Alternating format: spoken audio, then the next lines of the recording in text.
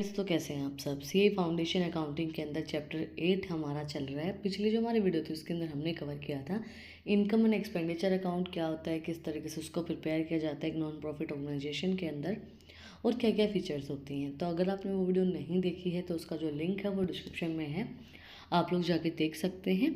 आज हम कवर करेंगे profit and loss account. Profit and loss account statement दोनों ही चीज़ें हम बोल सकते हैं। What is a profit and loss statement या फिर अकाउंट भी हम बोल सकते हैं, दोनों सेम ही चीज़ है। The profit and loss statement is a critical financial statement summarising the cost, revenue and expenses incurred by a business during a specific period, usually a quarter or year. All the indirect expenses and income, including the gross profit, gross loss, are reported in the profit and loss statement to arrive at the net profit or net loss. It shows the company net profit or net loss during the specific time for which it is prepared.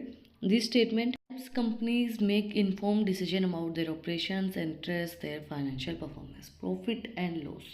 Simple सी चीज़ है। Profit and loss account statement हमें बताती क्या है कि company के अंदर कितना प्रॉफिट हो रहा है, कितना लॉस हो रहा है। हम उस चीज़ को ही कैलकुलेट करेंगे ना। Profit and loss means profit के बारे में पता लगाना है या फिर नुकसान हो रहा है तो नुकसान के बारे में पता लगाना है।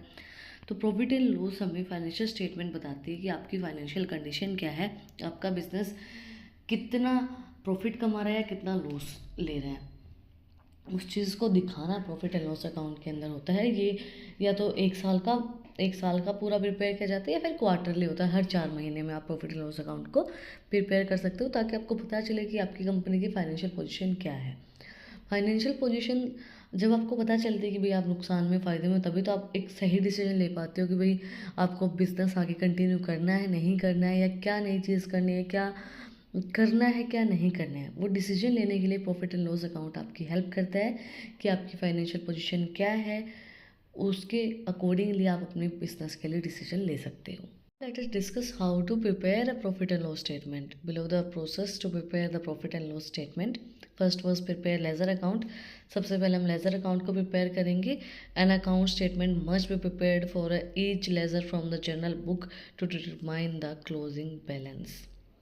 लेजर अकाउंट्स को प्रिपेयर करना बहुत ज़्यादा ज़रूरी है, जो कि हम जर्नल से करते हैं। जर्नल कौन सी बुक होती है? तो फर्स्ट एंट्री बुक जो होती है वो हमारी जर्नल होती है। जर्नल से सारी एंट्रीज उठा के लेज़र में ट्रांसफ़र की जाती है अलग अलग अकाउंट से, और लेज़र से हम फिर इसको ट्रायल बैलेंस में भेजते हैं। ट्रायल बैलेंस से फिर प्रॉफिट एंड लॉस में जाता है। उसके बाद हम क्रिएट करेंगे trial balance. Trial balance summarise all the ledger account. जो लेज़र अकाउंट उनको समराइज करता है ट्रायल बैलेंस।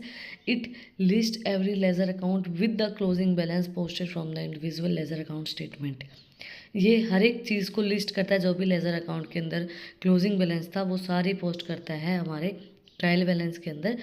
उसके बाद हम प्रॉफिट एंड लॉस अकाउंट को क्रिएट करते हैं। Preparing trading and profit and loss statement all the ledger accounts with the nature of the sales, purchase, indirect expenses, direct expenses and income are posted to the profit and loss account.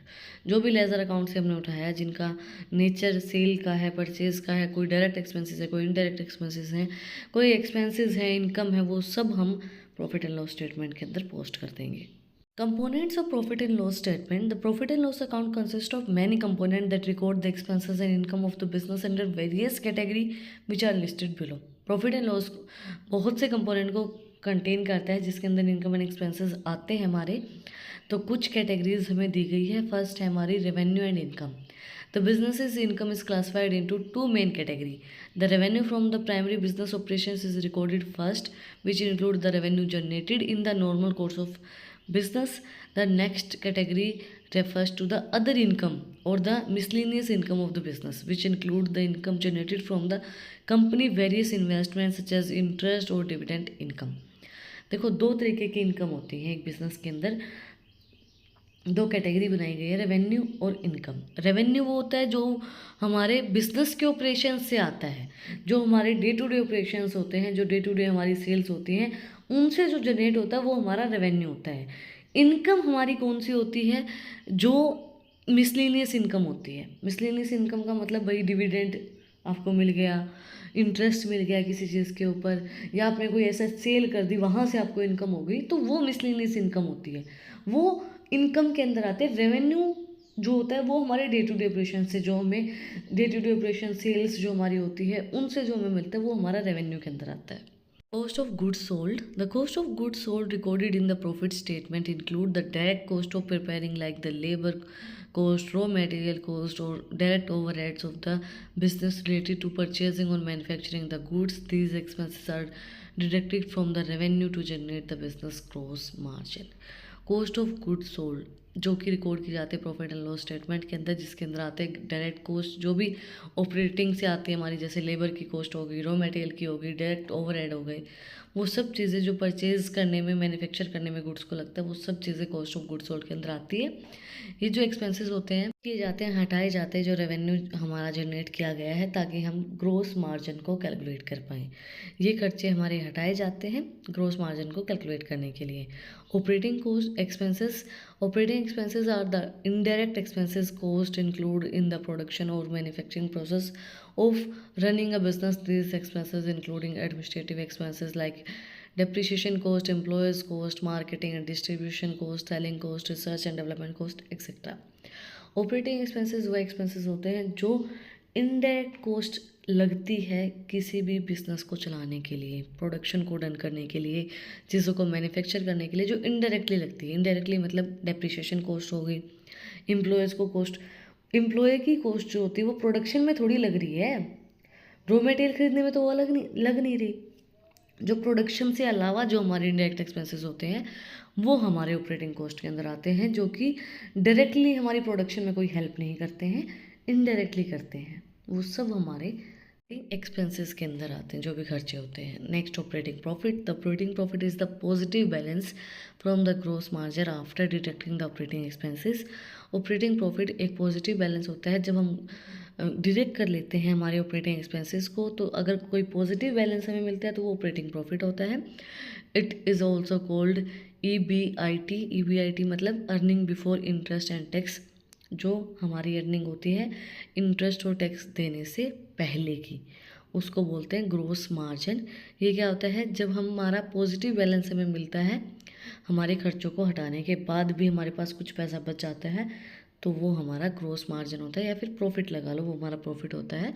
Earning before interest and tax होता है। But positive operating margin acquire the share holder investor of a business profitability and solvency. Positive operating margin जो होता है वो share holder investors को ये assure करता है कि भाई आपका जो बिजनेस है वो प्रॉफिटेबिलिटी में चल रहा है, प्रॉफिट कमा रहा है, तो आपको कोई प्रॉब्लम नहीं होगी। नेक्स्ट आता है net income. The net income of a business is the net profit generated by a business after deducting all the operating and non operating expenses, interest and tax.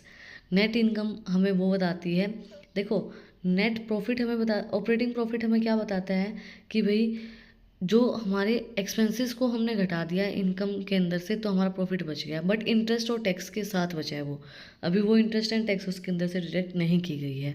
But net income हमें बताती है interest, tax, operating, non operating, सब को हटा के, सब minus करके जो हमारे पास पैसा बचता है, जो चीज़ हमारे पास बच गई, वो हमारा प्रॉफिट होता है। The profit that is available for distribution to the shareholders, the earning per shares are also calculated based on the net profit or the business net income.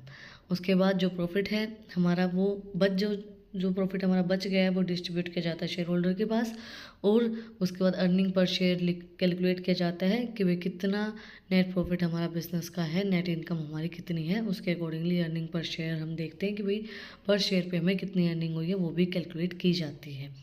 और बचा हुआ प्रॉफिट तो फिर शेयर होल्डर के अंदर distribute किया ही जाता है सारे खर्चों को हटाने के बाद। That's it for today. आज हमने कंप्लीट किया प्रॉफिट एंड लॉस अकाउंट को। अगर आपको कुछ भी डाउट है, कुछ भी पूछना है, तो कमेंट में आप मुझसे पूछ सकते हैं। और अगर आपको इन टॉपिक्स की PDF चाहिए तो टेलीग्राम चैनल का लिंक भी डिस्क्रिप्शन में है, वहाँ पे जाके आप मुझे फॉलो कर सकते हैं। इंटरेस्टिंग रील्स को देखने के लिए इंस्टाग्राम चैनल का लिंक भी डिस्क्रिप्शन में है, वहाँ पे जाके आप मुझे फॉलो कर सकते हैं। और अगर यहाँ तक वीडियो को देख लिया है तो प्लीज़ सब्सक्राइब बटन पे एक मुक्का मार दो, बेल आइकन प्रेस करो, ताकि जो सबसे पहले अपडेट है वो आप लोग के पास आए। फिर मिलते हैं एक नए वीडियो के साथ, एक नए टॉपिक के साथ। Like share and subscribe. Thank you for watching my video and enjoy your life.